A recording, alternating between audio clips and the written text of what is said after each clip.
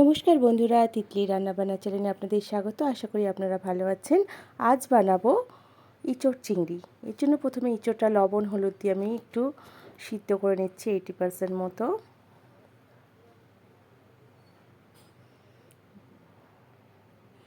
দেখুন সিদ্ধ হয়ে গেছে, আমি নামিয়ে নেব। আলুটাকেও এইভাবে সিদ্ধ করে নেব।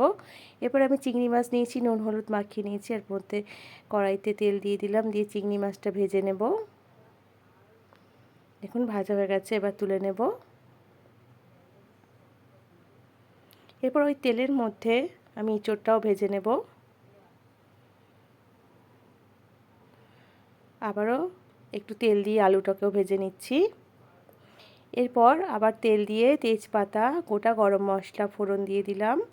এরপর দিয়ে দিলাম কুচানো পেঁয়াজটা লাল লাল হয়ে গেলে এরপর এর মধ্যে আমি দিয়ে দেব আদা রসুন আর কাঁচা লঙ্কা পেস্ট, দিয়ে ভালো করে কষিয়ে নেব। এরপর এর মধ্যে স্বাদ মতো লবণ, হলুদ, জিরে গুঁড়ো, ধনে গুঁড়ো, স্বাদ মতো চিনি আর কাশ্মীরি রেড চিলি পাউডার দিয়ে ভালো করে কষিয়ে নেব।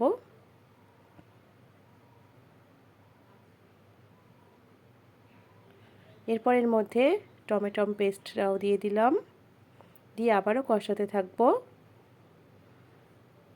দেখুন তেল ছেড়ে দিয়েছে। এরপর এর মধ্যে আলু আর ইঁচড়টা ভেজে রেখেছিলাম সেটাও দিয়ে দিলাম, আর চিংড়ি মাছ ভাজাটাও দিয়ে দিলাম, দিয়ে ভালো করে কষিয়ে নেব।